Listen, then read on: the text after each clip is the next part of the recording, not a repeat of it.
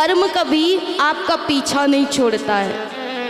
एक सेठ थे, एक बड़ी सुंदर कथा है कि एक सेठ थे, वो हमेशा जो लोग उनके घर पर आते थे, ग्राहक उनको उधारी पैसे दिया करते थे।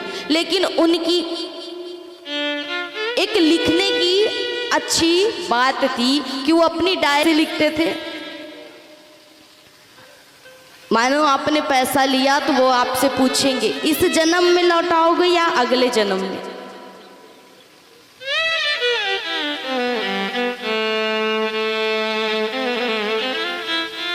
तो जो भी व्यक्ति आते उनसे पैसा लेते और लिखवाते कि इस जन्म में लौटाएंगे या अगले जन्म में। एक दिन एक सज्जन आए, उन्होंने पैसा लिया तो सेठ जी ने अपने मुनीम से कहा कि पूछ लीजिए इस जन्म में लौटाएंगे या अगले जन्म में। तो उस व्यक्ति ने सोचा कि कैसा मूर्ख सेठ है, इस जन्म को तो ठीक है, अगले जन्म का कौन जाने, कौन किसको लौटाता है। तो उसने भी सोचा कि हमारा भी फायदा है इसमें। उसने क्या किया, लिखवा दिया अगले जन्म में लौटाएंगे। और जैसे ही पैसा लेकर के निकला तो वहीं पर गौशाला थी, कुछ पशु बंधे हुए थे, भैंस आपस में बातें कर रही थी,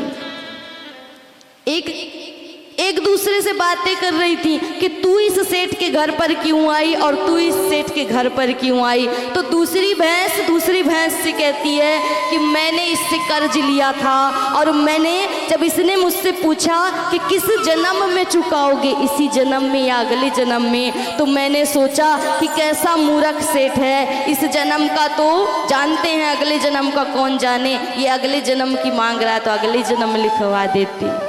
मैंने तो चतुराई की, लेकिन आज वही कर्म का फल मैं भोग रही हूँ कि इसके घर पर आज बंधी हुई हूँ और इसकी सेवा में लगी हुई हूँ। तो कर्म पीछा नहीं छोड़ता, वो वैसे ही पकड़ लेगा, ढूंढ लेगा। जिस प्रकार एक चुंबक होता है ना, वो लोहे को खींच लेता है, वैसे ही ये कर्म है, ये कभी छोड़ता नहीं है।